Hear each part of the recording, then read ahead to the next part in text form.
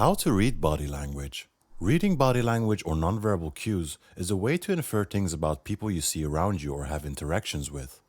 When you know how to do it, reading body language can tell you a lot about someone's feeling, mental state, or what they really mean when they're speaking, especially if they're lying. Understanding nonverbal communication can even help you connect better with people and build better relationships. Before we get started, make sure to subscribe to Anime Explained and hit the notification bell so you don't miss any new videos. Method 1. Facial cues. Eye contact. Is the person staring at you intensely or does the eye contact feel just right? If someone is making an uncomfortable amount of eye contact while you're talking, it could be a sign that they're lying. If their level of eye contact feels normal, they're probably just paying attention to what you're saying or really into a conversation you're having. They might even be into you romantically. Eye contact norms are different across cultures. In some cultures, it's considered rude. It can also feel too intense for people with disabilities or mental health issues like autism and social anxiety. So, in some cases, avoidance of eye contact just means that the person is trying to stay comfortable or be polite. When in doubt, trust your instincts when it comes to reading body language. Though there are many general ways to read nonverbal cues like eye contact, everyone is different. So, go with your gut instincts. Raised eyebrows. Raised eyebrows are another common facial cue that someone is feeling uncomfortable. Worry, surprise, and fear are all these types of discomfort. So when someone raises their eyebrows, they might be feeling any of these emotions. Raised eyebrows can also be a sign of insincerity. For example, if someone compliments your outfit with their eyebrows raised, they might not really mean it. Other times, people may raise their eyebrows when they feel curious. Crow's feet. When a smile is genuine, the corners of their eyes crinkle. When someone is forcing a fake smile, these crow's feet don't appear. Eyes don't lie. Look at a post photo where everyone is smiling on command to get an idea what it looks like when smiles are forced. Clenched jaw and furrowed brow. Together, these are often an indication that someone is feeling stressed or worried. People often tighten their neck along with their jaw and their brow, so they might rub their neck involuntarily when they're stressed too. For example, if you're a manager and you ask a subordinate to work over the weekend, a clenched jaw and a furrowed brow might show you that the proposal stresses them out. You might want to reconsider asking them to do you the favor. Method 2. Gestures. Crossed arms and legs. In a conversation or a meeting, these nonverbal cues can often indicate resistance to your ideas. Many people do this involuntarily, which is a symbol of being mentally, physically, and emotionally blocked off from someone. It could also mean that the person feels insecure or guarded. For example, if you're in a business negotiation and the other party has their arms crossed, they might not be liking what you're proposing. However, this can also be a sign that they think that the room is a little chilly. See if their other clues match. Pointing.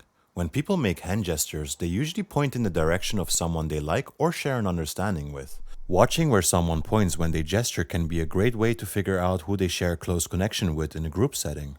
For example, if you're in a business meeting and the person talking tends to gesture towards someone sitting off their left, you might want to pay attention to what the person has to say later on. Fidgeting. Fidgeting with hands or legs is often a sign of anxiety or boredom. On the other hand, if someone is sitting with their hands quietly in their lap and their legs still, they're probably relaxed and content. If someone's fidgeting while they're talking, it could also be a sign of lying. Remember to always judge people's body language based on the context as well. People with disabilities like autism and ADHD may fidget more often. This could be a sign of restlessness, but it could also just be their way of improving their focus or staying calm. Intense fidgeting may be a sign that they're struggling to stay calm and may need a break or a quieter environment. Timing of hand gestures. Liars often use hand gestures after they speak to try to add to the story and make it more believable. When someone's speaking truthfully, they use hand gestures at the same time they speak. This is because when someone's telling a lie, their mind is too busy making up the story to use hand gestures at the same time. Method 3. Posture and position. Tall posture. When people stand up straight with their shoulders back, it's a power posture that shows that they're confident or in charge. On the other hand, a slouching posture projects less power and could be a sign of resignation or lack of confidence. For example, if someone walks into the room and you immediately feel like they're in charge, take a look at their posture. They're probably standing up very erectly. Mirrored body language. If someone is mirroring your body language, it can be an unconscious sign that they're feeling a connection with you. Mirrored body language is a good sign that the conversation or interaction is going well. For example, if someone leans their head the same way as you when you're talking or shift their legs in the same direction as you, that's mirrored body language. Open posture. An open posture like throwing both hands up in the air can be a sign of leadership, or sitting with the legs arms spread out to either side can be a display of confidence. For example, when an athlete wins a sport competition, they often throw both hands in the air because they feel confident and dominant. Leaning and turning. People tend to get close to things that interest them and lean or turn away from things that they aren't interested in. If someone leans towards you, then they're probably interested in what you're saying, or just interested in you in general. If they're leaning or turning away, then they might like an opportunity to end the conversation.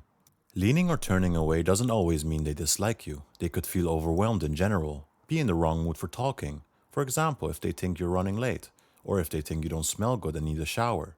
See if they act this way during multiple conversation or if this is just a bad time. Proximity.